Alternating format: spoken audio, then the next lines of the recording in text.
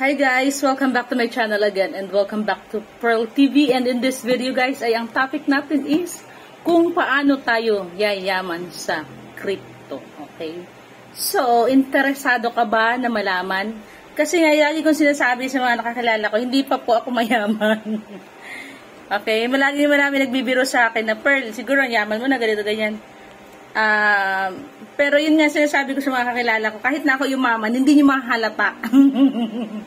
Yun lagi ko sinasabi sa mga kaibigan ko, pag ako yumaman, hindi nyo mahahalata kasi mananatiling ganito lang ako. Ganito lang ako kasimple. Unang-una, hindi ako nag-aalahas. Okay, ikalawa, hindi ako bibili ng kotse.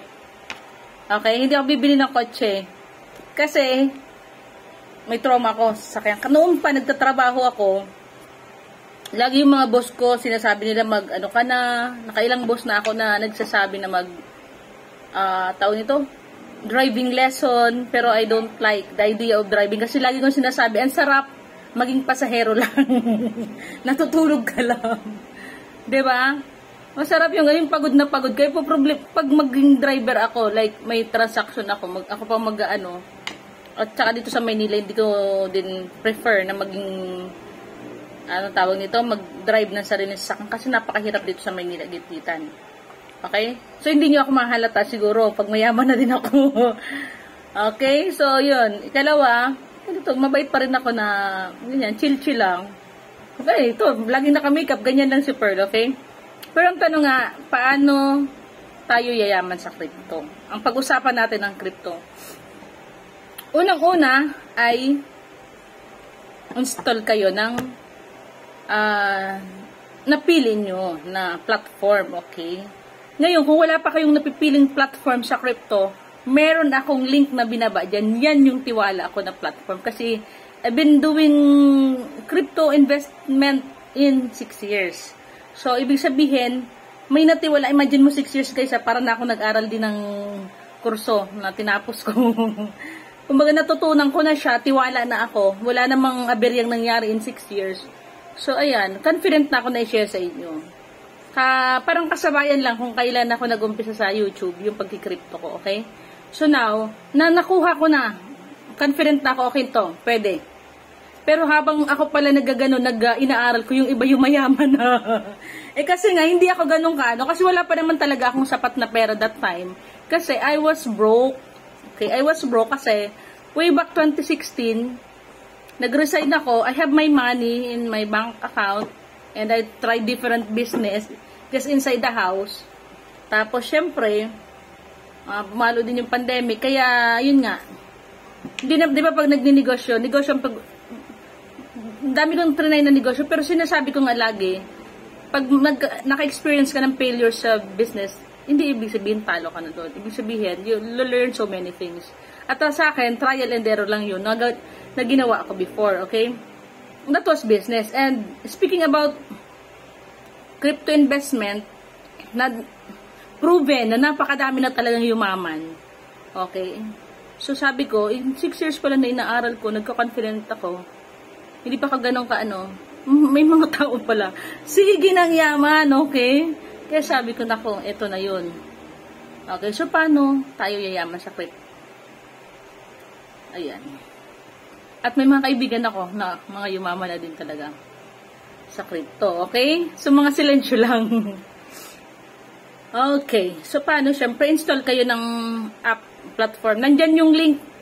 I-click nyo yung link, guys. Sign up kayo, okay? Ikalawa, punta kayo dun sa, crypto. Okay? Hindi ko na i-mention kung kasi baka isipin ni YouTube, may pinopromote ako. Hindi. Sinasuggest ko lang yon, okay? And then, umpisa lang kayo sa 200 pesos. Kung gusto nyo aralin din, pero ako nga sinasabi ko sa inyo, tiwala na ako kasi 6 years ko nang ginagawa. Okay? Na talagang ang dami ng yumaman. Mga multimillionaire na sila. Ang babata pa, mga mayaman na talaga dahil sa crypto. Skill din. Magaling din kayo. O na-risk taker kayo. Ako risk taker ako, gaya nila. Kasi bakit? When way back 2016, I resigned from my job. I was working then. And I have a salary of 30,000. And I give up my work. Kasi sabi ko, magninegosyo na lang ako sa loob ng bahay. Na hindi naman tinutulan ng asawa ko. Kaya I tried different business inside the house. Sabi ko nung kay Mr. ko, pinagdasal ko naman sa Panginoon, sabi ko, na hindi niya ako pabayaan, hindi na ako magtrabaho, dito na ako sa bahay. Ako na mag-alaga sa anak ko. And I do so many businesses. Kaya nagkaano-ano na. Pero yun nga, fortunately, na kilala ko si Risa, naturuan ako sa crypto. And fortunately, nag-start din ako sa YouTube that time. At kung ano yung kinikita ko sa YouTube that time, ayun, yung pinanglalagay ko sa crypto. Kaya sabi ko nga, hindi nauubos yung kinikita ko sa YouTube. Kasi, ayun, kahit konti yung kita ko sa YouTube, nilalagay ko sa crypto. Okay? So, sa mga kaibigan natin, na mga interesado din sa usapang ito, sabi ko nga, mag-umpisa lang kayo sa halaga na feeling nyo, okay lang kahit mawala. Okay? Okay lang. Sabi, only invest the money that you can afford to lose. Kung 10,000, okay lang sa inyo mawala, sige, sugal nyo, risk. High risk, high return. No risk, no return. Yun lagi yung iisipin, okay? Risk taker kayo dapat. Ako risk taker ako, kaya malakas ang loob ko din sa crypto. Tsaka nakita ko na yung potential eh. Diba? Nakita ko na yung potential. Kailangan lang, mayroon kayong coach. Okay? Kaya nga sabi ko sa mga kaibigan ko, pag clinic nyo yung link na yan at sabihan nyo ako at sabihin nyo, Pearl, turuan nyo naman kami. Okay? I-message nyo ako sa messenger. Sabi, Pearl, turuan nyo kami. Kasi hindi yung basta-basta na basta ka lang pipili dyan ng coin kasi hindi mo din alam mo ano. Kaya nga, kailangan may magtuturo sa inyo. Kailangan din, nagre-research din kayo. Pero hindi naman lahat na mapapakinggan nyo sa research nyo sa ano, is totoo. Kung baga mangyayari, mga prediction lang naman nila. Okay? So, ang akin lang naman, bakit ko ito in-open? Kasi talagang potential na pagkakitaan. At kung marunong ka at risk taker kakagaya ko, sabay-sabay tayo yayaman. Okay? Sabay-sabay tayo dito magiging milyonaryo. Kasi 6 years ko nang ginagawa. In 6 years time, I put the money, kunti-kunti ako naglagay eh. Okay? Yung hindi mo nararamdaman, na parang hindi isang jampakan. Hindi kayo isang beses lang na naglagay ng, oy, lagyan ko to ng 10,000. Oy, lagyan ko to ng 20,000. Hindi ganun sa una guys ha. Papakiramdaman nyo, ano ba yung coin na maganda? Lagyan. Kasi noong panahon namin, ang coin lang na available dyan is 3 lang. Dyan sa pinili ko na platform, it's just Bitcoin, the XRP, and the Ethereum. Okay, kung hindi ako nagkakamali. Okay? So ngayon napakadami na at marami akong sinusubukan dyan. Baga sabi ko, marami na akong mga alaga. Ayun, may alaga ako na naglagay ako ng medyo malaki na bumagsak kasi nga hindi ko inaral yun. Kumbaga na masyado lang ako na overwhelmed na, ay, kailangan ko palang kumita ako sa ganito, ganyan, okay? So, ito magkakamali. Pero hindi naman ibig sabihin mawawala yung pera mo. Pero yun nga, sabi ko, nag-uusap kami ni Risa kanina, may coach, sabi ni Risa, ito na yung retirement fund natin, Pearl. Kasi totoo naman talaga, guys. Kasi may mga case dyan na ano, talagang bull run, okay? Kaya nga napakadami ng mayayaman, from dishwasher to being a multimillionaire.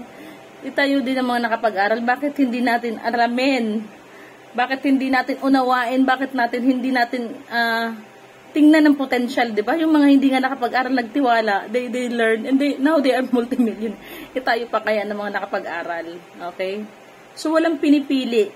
Nagkapag-asa ang bawat Pilipino. Ang daming Pilipinong yumaman, okay? So, ano pa guys ang inaantay nyo? Click nyo na yung link dyan and subukan nyo na. At willing naman akong i-guide kayo from time to time. Okay? So, bye and thanks for watching. Yayaman tayo dito guys.